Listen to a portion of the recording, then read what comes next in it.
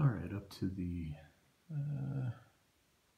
10:30 turn on strike them a blow, and the situation has changed a bit over here on the Union left, Confederate right, as it were. We're looking from the Confederate position.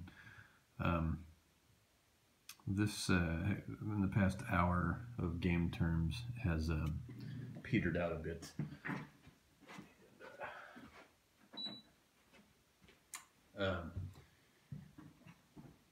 Because of core attack stoppage, both the Confederates and the Union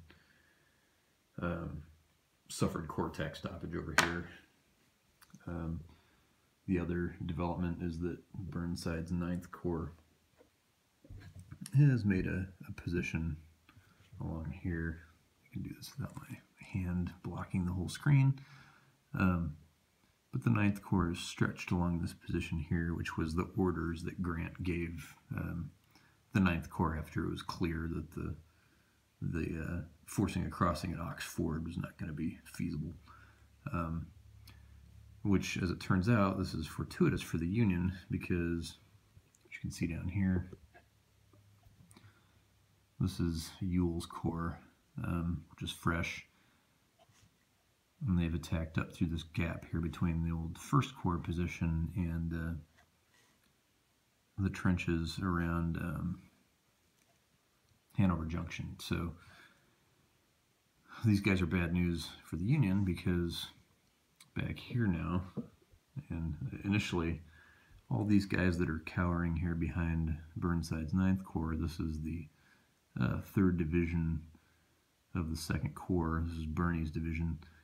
These guys that were initially sitting all out here until I was able to get new orders accepted by Hancock for this division and the 2nd Division to pull back to the vicinity of the Fox Farm, which is, I think, here or here, one of these two hexes where Hancock has his headquarters.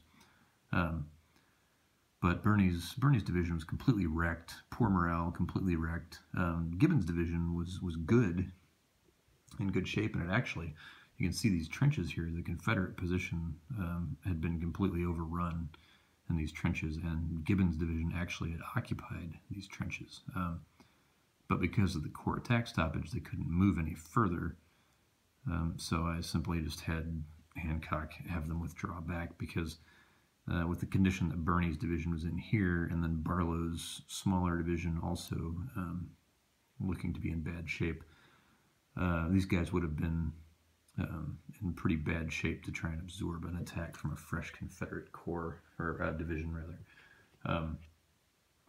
So I had Hancock pull everyone back behind the fairly defensive and relatively fresh 9th Corps position. Some of the 9th Corps brigades have regained stragglers, and as you can see over here, this is the 4th Division, the 2nd Corps. These guys are all going through straggler recovery currently. Once the Confederate attack stopped, and both sides kind of retreated back on either side of Bull Run here, there was time enough for these guys to do straggler recovery. The problem for the Confederates down here is that these guys had orders to move back to this trench line here, so they all moved except for the one guy that was there a couple turns ago, who's able to do straggler recovery. The rest of them will try and do straggler recovery later on. The problem with the Confederates is their morale is so good, they have very few stragglers, so their problem is that they're just casualties and they can't recover any of those, or as many of those as the Union troops do, which have lots of stragglers because they're such poor morale. The other thing that happened just in the last turn was Breckinridge accepted his orders to attack towards the Chesterfield Bridge, which is up here, actually right there.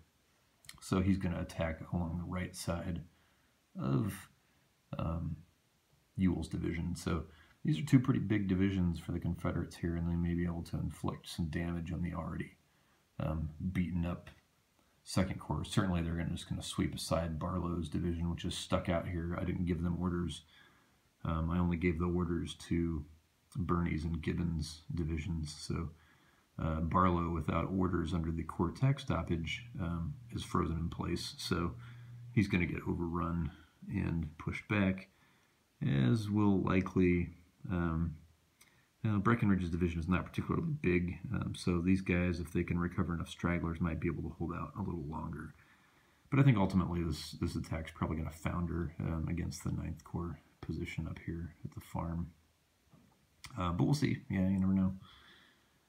Confederates are a little better morale-wise than the Union. It's certainly then a little better quality-wise than Burnside's Corps. So. But by the time they get up there, Burnside's Corps will have breastworks.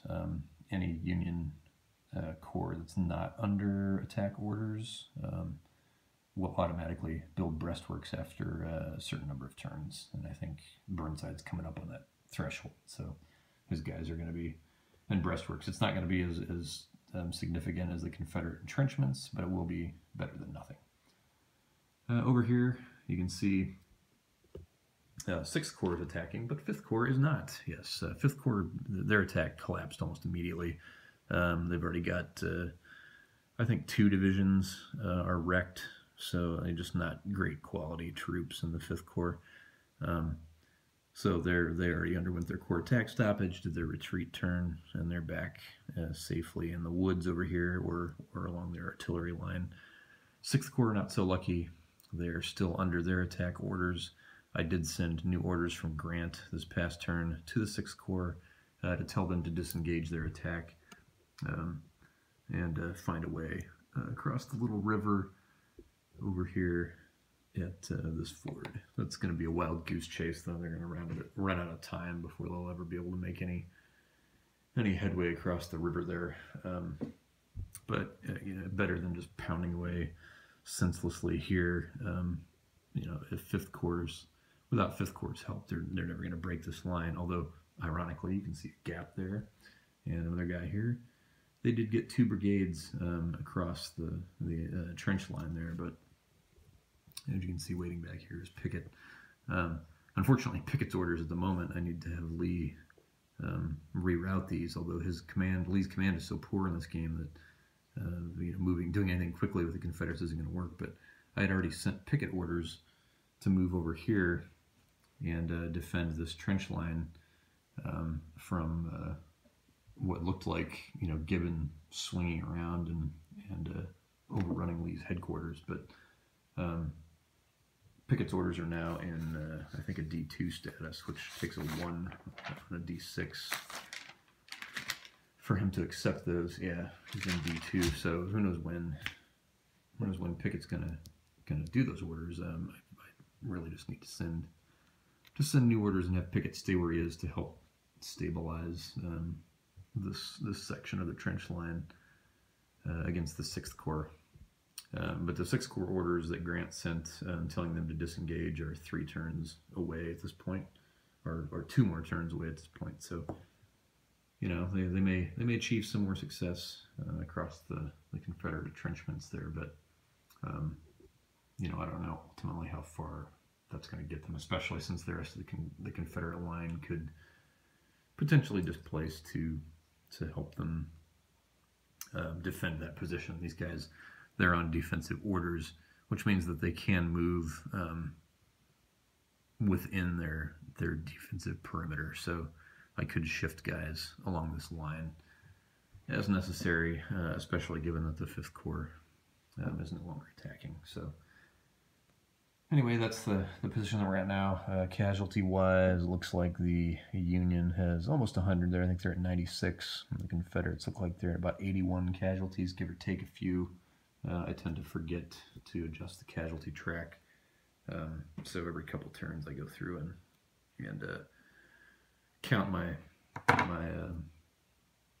roster sheets here just to make sure I've got the casualties correct. But it at least is moving a little faster now because there's not as many units firing against each other. The past couple turns were particularly slow when this whole line was engaged here. So it speeds up once you don't have troops firing at each other, just because the fire combat is so cumbersome in this. or it's not necessarily cumbersome, but it's time consuming. So anyway, there it is, the 10:30 turn. I'll continue to push on.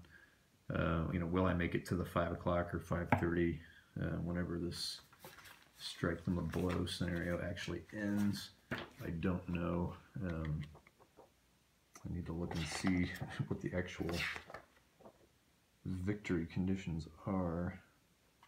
Victory conditions on 5.0. Historically, the encounter at the North Anna was a strategic stalemate. Each side lost approximately 2,500 troops. The Union gains south of the river were trivial. Both sides failed to smash their opponent and could not avoid the trench warfare that followed. The result in game terms was a draw, with Grant's withdrawal back to the north side of the river after the 26th. The affair in the North Anna is often viewed as a Confederate tactical victory, but at this stage of the war, such an event was irrelevant. Victory points are awarded for inflicting losses on your opponent by the possession of key terrain and by isolating any units, cutting them off from their line of communication. Right now, losses looks like both the Confederates and the Union are at 12 points apiece,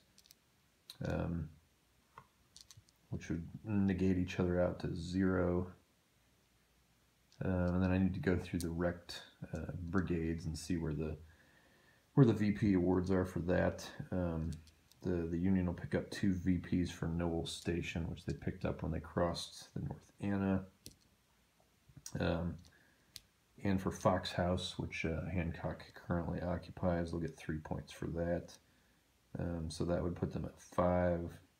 So at a +5 at the moment, that would be a CSA minor victory. Actually, not +5, -5, which would be a Union minor victory. Because it looks like you subtract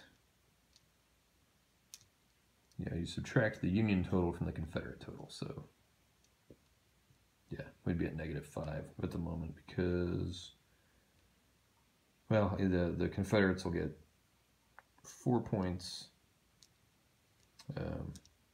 for Hanover Junction.